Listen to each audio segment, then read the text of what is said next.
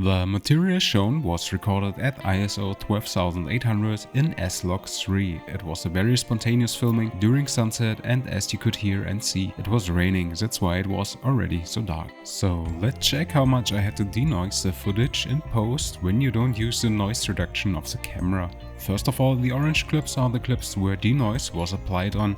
So let's have a look on the one where it was mostly needed. Here on the wall, the noise is quite good visible. And on the stones in this area.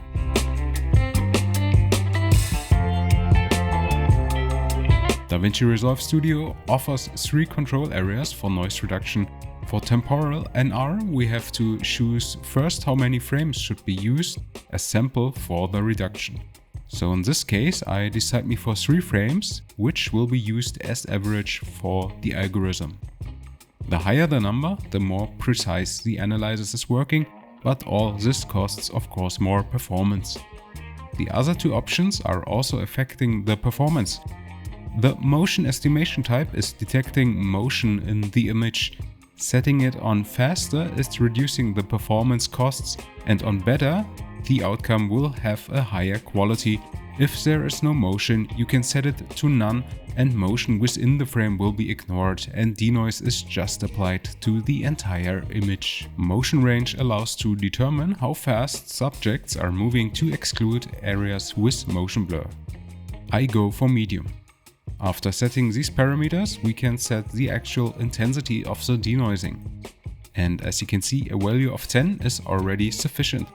Maybe just a little more to get rid of the very fine grain.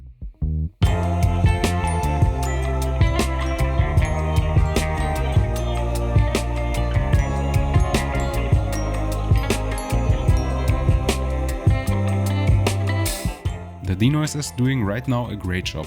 It's possible to treat the noise separately by chroma and lume, so the stones on the ground here would only need the lume slider, to be honest.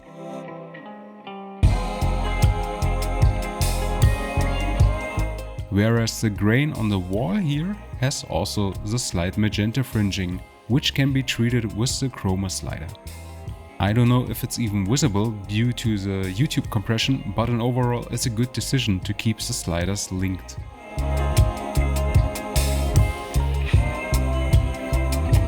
The motion value allows again to indicate how much affected are moved subjects of the denoise function. A low value excludes large areas of the frame and higher values assume less motion. I leave mine on 50.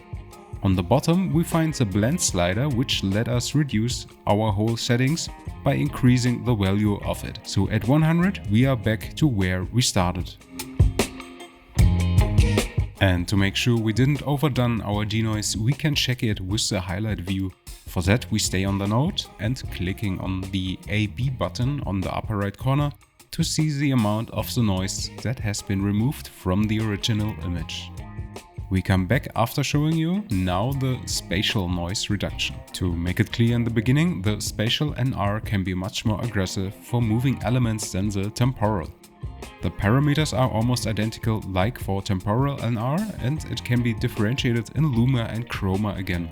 So in general, the spatial noise reduction is more appropriate for scenes with quick pans, handheld camera, where just every element is moving within the frame. Finally, we take a quick look on the last scene.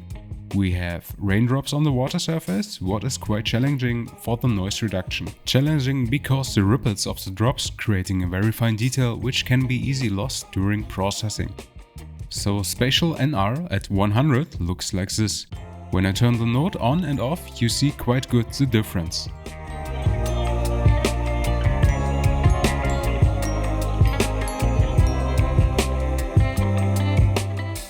And let's go back to the highlight view. There are a lot of black outlines, what signalizes that details are lost with these NR values. Last words to the position of the node with the noise reduction. It can be helpful to put it already in the beginning of your editing to affect the original RGB data, but this can have also an effect on the precision of the key-based selection tools like the qualifiers or HSL curves.